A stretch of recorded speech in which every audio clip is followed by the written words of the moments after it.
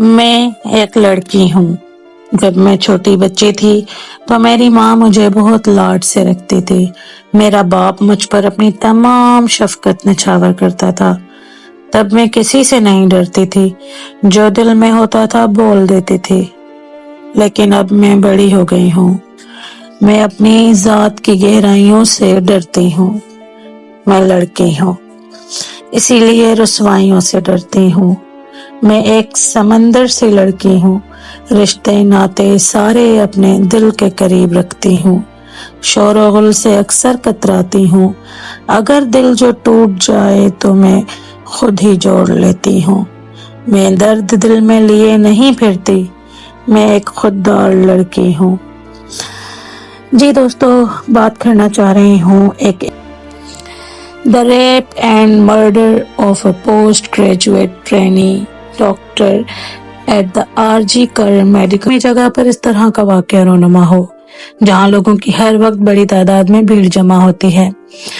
दोस्तों, ये हमला 8 और 9 अगस्त की दरमियानी शब को 31 साला डॉक्टर पर किया गया, जब पाको भारत बल्कि पूरी दुनिया ओलंपिक के मैच को देखकर लुत्फ अंदोज हो रही थी और दूर एक निहत्ती बेचारी लड़की दरिंदों का शिकार बनी हुई थी। उसी दिन उसके दरिंदे कातिल संजय घोष को भी गिरफ्तार किया गया। सीसीटीवी फुटेज में उस दिन उसके दरिंदे कातिल संजय घोष को रात में तकरीबन 3-4 बार लगातार हॉस्पिटल में आते जाते देखा गया। हमेशा की तरह हमारे मुल्क और दुनिया, बल्कि मैं कहूंगी कि हर तरह के लॉ एंड ऑर्डर वाले इदारे अपनी नाकाम कोशिशें करने के बाद ये केस सीबीआई को सौंप देते हैं। सीबीआई जब विक्टिम का पोस्टमार्टम करवाती है तो उन्हें लड़की के जिस्म से सीमन मिलता है, लेकिन ये सीमन आम आदमी की क्वांटिटी से ज्यादा होता है। ऐसा लगता है जैसे 9-10 मर्दों ने मिलकर इस बच्ची का रेप किया हो। बहरहाल सीमन संजय घोष से मैच हो जाता है। बताया जा रहा है कि सीबीआई अस्पताल के अमले के साथ साथ 4 ट्रेनी डॉक्टर्स से भी पूछगछ कर रही है। इंडिया के कई शहरों में लाखों खवातीन ने रिक्लेम द नाइट यानी रात वापस लो तहरीक के सिलसिले में रैलियां निकाली और खातून डॉक्टर के लिए इंसाफ का मुतालबा किया।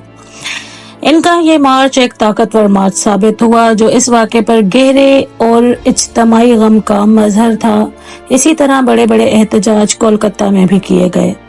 हमें भी चाहिए कि हम अपनी आरामदेह जिंदगी से निकलकर और कुछ नहीं तो सोशल मीडिया पर ही अपनी आवाज को बुलंद करें और वो मकतूला बच्ची जिसके माँ बाप इस वक्त एक अजियत और दर्दनाक कैफियत से गुजर रहे हैं, उनके साथ मिलकर मकतूला के इंसाफ के लिए आवाज को बुलंद करें। क्या आप खवातीन अवामी जगहों पर भी महफूज नहीं हैं? खवातीन आखिर कब तक दरिंदा सिर्फ तौरोबाश आवारा मर्दों की तरफ से ज्यादती के खौफ में जीती रहेंगी? अब मजम्मत नहीं, मरम्मत करने का वक्त आ गया है। खवातीन के खिलाफ दरिंदगी पर सख्त और जल्द सजाएं होनी चाहिए। ये रोकथाम माशरे में एतमाद पैदा करने के लिए इंतहाई जरूरी है। मुबीना तौर पर मुलजिम संजय घोष ने सवाल उठाया था कि ट्रेनी डॉक्टर सेमिनार हॉल में अकेली आराम करने के लिए क्यों गई थी।